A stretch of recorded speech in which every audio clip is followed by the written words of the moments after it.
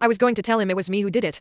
But now I don't think I can. My BF had a bad day at work. He got in trouble over something very minor and his boss blew it way out of proportion and strong-armed him. His boss was mean and insulting, and critical of him over a simple and harmless mistake. My BF took the grunt of it, continued working, but called me later and he was obviously upset. He was discouraged and embarrassed. He talked about how he doesn't want the promotion they are training for anymore and doesn't want to work for people who can treat and say things like that to him after all he had accomplished for the success of that company. He's truly worked his hands to the bone. Other locations have 2 to 3 people doing the job that my BF does all by himself at his location, and yet his location made the most profit last year. It made me sad hearing him like this because he loves his trade and his work, but they tore him down that day. Fellow girlfriends will relate, but I have multiple aliases that aren't just created yesterday, okay? I've had them and been building them for years. So I use one of my aliases to make a 5-star review on his company Google page. In my review, I said how this isn't my normal location I go to. It was my first time here, but the work was so impressive that I will be back. I said how I think I just found my go-to guy for this stuff. He's talented and skilled and a reliable technician. Then I said from what I understand there is only one guy in the workshop. I think his name is my BF's name. So the turnaround time also really impressed me. I mentioned how great of a job my thing looks after he worked on it. How he even cleaned it too. And how he has great attention to detail and quality work and excellent customer service. I ended with saying I would highly recommend going there. Just to make sure it didn't sound like me,